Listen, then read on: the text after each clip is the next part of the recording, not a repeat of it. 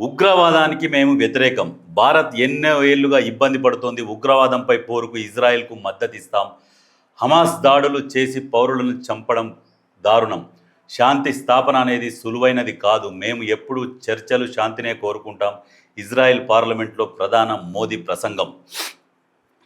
శాంతిని కోరుకుంటున్నాం కరెక్టే, కానీ మన దేశ పౌరులను మనమే చంపుకోకుండా మార్చే విధంగా ప్రయత్నం చేయాలి. ఇప్పుడు నక్సలైట్లని ఏరిపారేస్తున్నారు.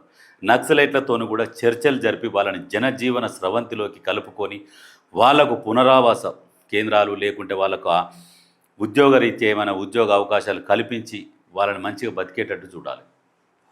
ఇంకొకటి సెకండ్ ఏంటంటే ఉగ్రవాదాన్ని అంతమొందించాలి అని అన్నప్పుడు పటిష్టంగా బలంగా పనిచేయాలి కేంద్రం. ఎందుకంటే ఇప్పుడు చొరబాటుదారులు ఎక్కువైపోతున్నారు.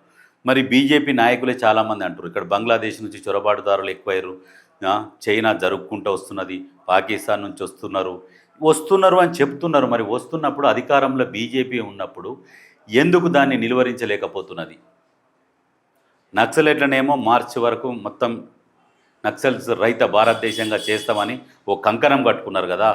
మరి అదే కంకణము ఉగ్రవాదం లేకుండా చేస్తామనే కంకణం ఎందుకు కట్టుకుంటలేరు? ఎందుకంటే అది ఉండాలి. అది ఉంటేనే మన కోట్లు పడతాయి. అది కాదు, దేశం కోసం కష్టపడి గట్టిగా పనిచేసి ఉగ్రవాదాన్ని లేకుండా చేయండి, ప్రజలు మద్దతు పలుకుతారు. ఏ పార్టీ అయినా ఉగ్రవాదాన్ని అంతమొందించాలి ఫస్ట్.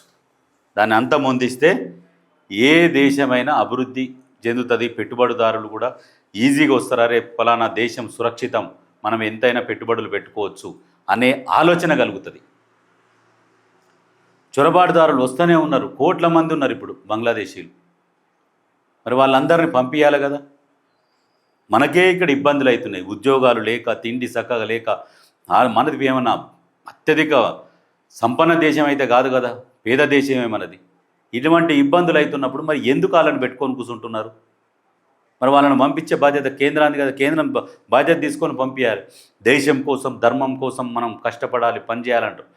మరి దేశం కోసం, ధర్మం కోసం పనిచేసేటప్పుడు మరి ఆ చొరబాటుదారులని వెతికి తీసి బయటికి పంపారు.